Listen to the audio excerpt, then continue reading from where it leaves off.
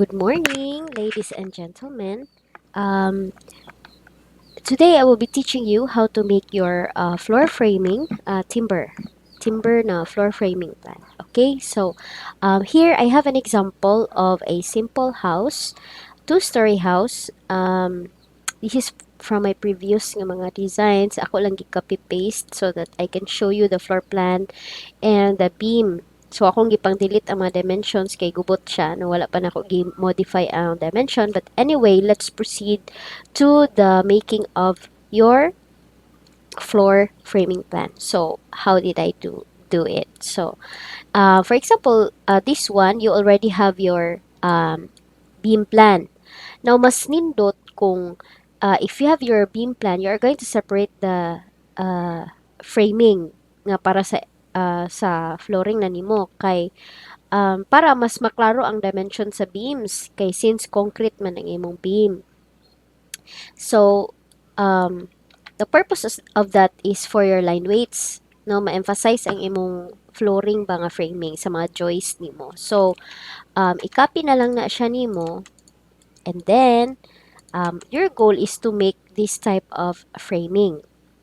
Now, ang imuhang goal ani is ma-emphasize nimo nga you have the seal and then you also have seal plate, I mean the seal plate, and then on top of that is diha nimo itongtong ang imong mga joist which is kani nga linya. And then you will also have the bracing. So this is your header, kani siya. Okay? Ako lang siguro ni 3D kay arong mas makasabot mo. For example, kay magama lang tag nga na no. For example, kana siya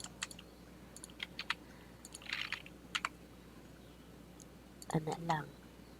Mandi na siya square, pero sige lang. For example, this is your beam. Okay.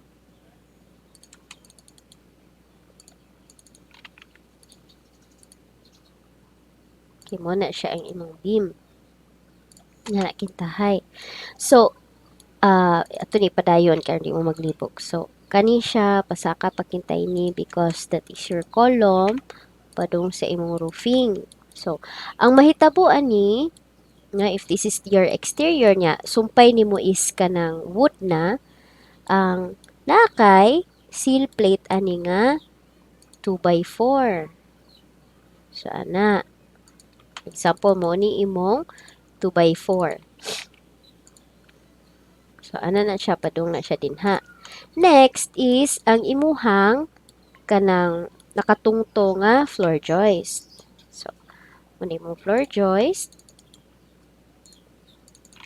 Ana, let's just for example, kani siya is mutungtong ni siya dinha. Okay? Ana na siya diha. So, before po na siya moabutin ha, na po na siya ito ni i-copy ha. Karayo lang. Okay. Ito ni siyang ituyok.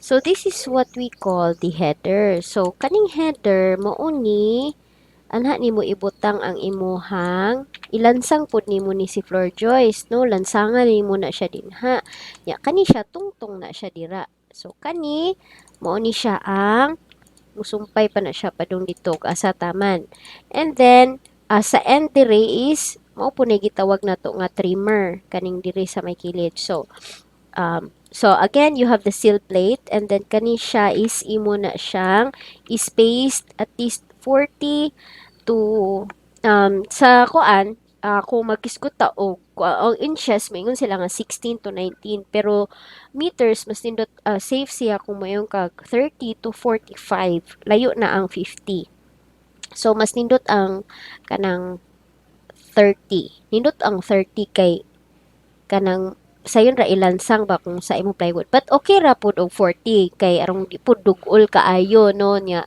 basin kalas nakakaay kahoy. So, 40 na siya. Mo na siyang space into 40, Then, so on and so forth. So, kani siya, all the way na siya, padung dito. Ana. And then kanipot siya, imo na siyang i-copy na siya nimo. Daghan na kag joist din ha. So, after ana, ay pa ka mo butang sa imuhang katong board. And then, on top of the board, ato na po ka magbutang og para sa imuhang wall. Okay? So, ingana na siya. So, mo na nga, inagama nimo sa floor framing, mas nice og i-separate nimo. Like, i-emphasize gid nimo nga mao ni imong beam plan. And then, mao ni imong floor framing. So, mahitabuan ni, ato sa ni i-delete ha. Di sa ni na to ikuan kay kuan ni siya samok ba sabot-sabot itong lines ana. So, sa plano is naa siya'y stairwell diri. And then diri gid ang iyahang landing. So, ang gihimo sa design is ang beam niya kani siya is naa gyud dapit sa landing kay di man pwede og diri ang beam gyud kay mo sabot man siya ni abot pa man diri ang stairs gyud. So, mo ni ang nahitabo nga naa siya murag cantilever nga slab. So, ang mahitabo ani, so after you have this one no, imo lang ni i-change into a separate line weight because this is going to become your header. Okay, mo naman ay mahimong header nimo. Change lang natog magenta, pinaka dako na to. So, sa atong imagination, this is the beam line, di ba? Tama. This is the beam line. Ang mahitabo ani is ato lang na siyang himuon nga hanap-hanap or kanang gamay-gamay nga line weight. You can use 0.2, you can use 0.1 na. Pwede mo 0.1 kay arong kuan, arong nipis gid siya. So, ang imong 2x4 gikan dinhi mag-offset na lang ka og 0.10. So, 0.10. Offset ka direct. Ay, offset ka din hag 0.10 ana. So, siguro kani siya nga seal is dito no. So, imo na lang na siyang i-trim. Okay? Pwede po og ang seal plate nimo imong kuan diagonal. So, pwede ra gihapon na siya yung nana. Okay? All sides good. Then, ang kuan ani is kani dapita, no? Kani siya. Pwede nga, kani kay naa matay wall din hi, pwede og diri po ka mo offset. Kani, ani imong seal plate diri. Pero since mulabay ra man pud ang imong joist ana, pwede pud og ibutang nimo siya in between diri. Pero okay ra good and anyway kay in mukuan man siya mulabay ra man gihapon siya din ha. So kani siya pwede pud ka ng imong i-center. Center lang nimo. Center na lang na nimo siya din ha.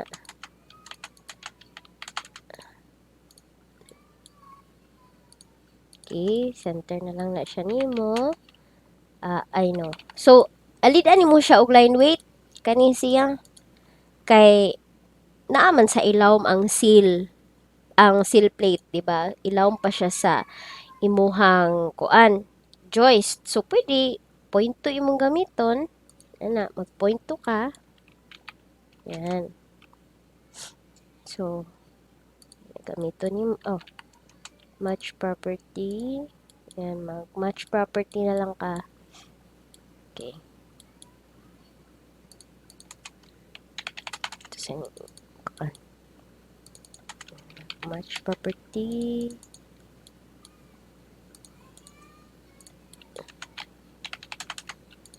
Na. Okay, kanipot siya. Ito ni isumpay ana. Division na to na diha. Okay.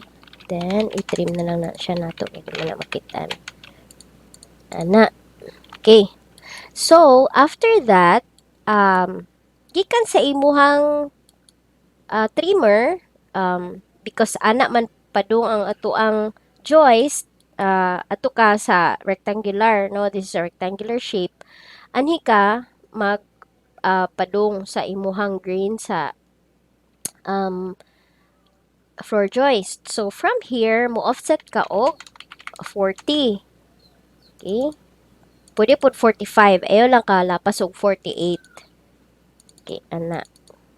Offset na lang ka din ha. Okay? Yan, ana. So, ani raman ni siya taman. So, ato ni siyang i-trim. Na. Ano naman ni siya. Okay. Then, ato ni siyang padayon din ha. Ana. Okay. Offset po na nato di ha.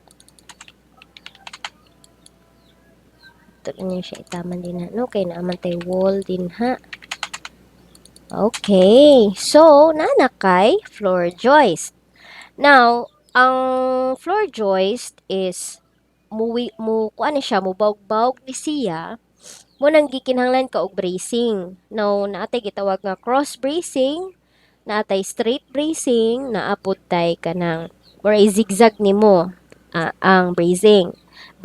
So, um, pwede raman sa detail nimo is dili gyud mo i-zigzag like this one. Kung gusto kay zigzag nimo, imo na or cross bracing, i-copy lang na siya nimo. For example, this one, inga na i-copy nimo and then imo na lang na siyang inga naon. Ana. Okay? Mag-trim-trim na lang ka ana. Ana. Okay, inga na ang detail. This is actually lig-on ni siya nga type of kanang bracing kaysa sa straight. Ang nakanindot lang sa straight kay og maglansang na ka sa imong board, sayon ra kayo nimo tuuron nga anha gyud ka maglansang, no? Kanang di parihaan ni balik magkuan pa ka nga ang kabag-on basin mulapas ang imong lansang, di ba? So, ang mo na uban mo prefer nga straight na lang. Ang kuan ani, ang rule ani is dili ka mulapas sa 1.2 sa bracing. So, the end-to-end ani is 3.2. So, dapat duha na kabuok bracing. Dili pwede isa lang. No? Mukuan kaya po na siya, muwag-wag, muuyog niya. Na tendency nga, ang imuhang joist is kanang ang diri dapita ba kaning dapitan niya sa ubos kanang makuan ang grano mas stress kalingaw ang grano so dali ra pud ka mag-repair so mahitabo ani 1.2 gud siya so offset ka divide lang nimo siya og tulo kay 1 2 3 ana div and div enter i-click nimo asa imong i-divide and then i-divide nimo pila ka segment tulo enter okay di na ka mag-calculate you see that nay gamay nga dot nay gamay nga point na okay mao ra nay sundo nimo okay line and then ana diretso line and then ana. And since kani kay mubo naman sad ni siya, di na necessary. But, since you have a partition here, pwede ka nga magbutang sad kag lain dinhi. Okay? Pwede ka magbutang og lain nga bracing dira or ana din ha. So, kani siya, pwede ni siya nga ang line weight ani atong himuon nga green or pwede put cyan kana. Okay? So, mo na siya. Now, for your specification sa imong framing, ako ning isend ninyo para naamoy matanaw. Okay? You can have a detailed gid kaayo nga lines, but sa ako in my practice, I only do the line weights. Okay, kanang kung magkuan ko, mag-adjust, magbutang ko sa akong layout, if you wanna check sa imuhang model, naa ka sa model, if you want to check whether your line weights are okay, pwede kang inganiuni mo para i-window lang nimo. Okay, window and then you will select what you wanna see and then you center the plot, alit ilang like Okay. Preview. Yan. So, matanaw na nimo nga ay kanang okay sige alid-an ako ni siya og line weight or kani okay kuan ra day medyo nipis ra pud siya no. So alid-an ako ang seal kuan og baga-baga gamay. Okay? So okay ra pud na siya ngun ana. Okay na ka. I-close lang na siya nimo, i-cancel na lang na siya. Kay isa is ako nabantayan kani siya ning lapas sa kolom. Like dili pareha diri no. In kuan, pwede ra ni siya iirog ra nimo gamay. Irog lang gud na, isibog lang gud pod. O, di ba? Kay in real kuan, pag build sa imong balay, isibog mo gyud na. Kay anyway, it's not that far. No, di lang kamo lapas og 48 centimeter. Okay? So, mo na siya imo floor framing plan. Then, ako ni ihatag ninyo um, for your, kaniba, mga specification ninyo sa inyong kuan. So, ang kahoy gamiton usually sa ato ang joist is 2 by 4 2 by 4 pwede po 2 by 6 especially kung kanang kuan dili gyud hardwood ay imong gamiton and especially if bugat kayo ang loading bugat kayo ang loading sa imuhang balay. So, kana kana lang siya. Okay? So, I hope nakasabot lang mo sa explanation and I will see you in the next klase or video or unsa. So, good luck sa inyong plate. Bye!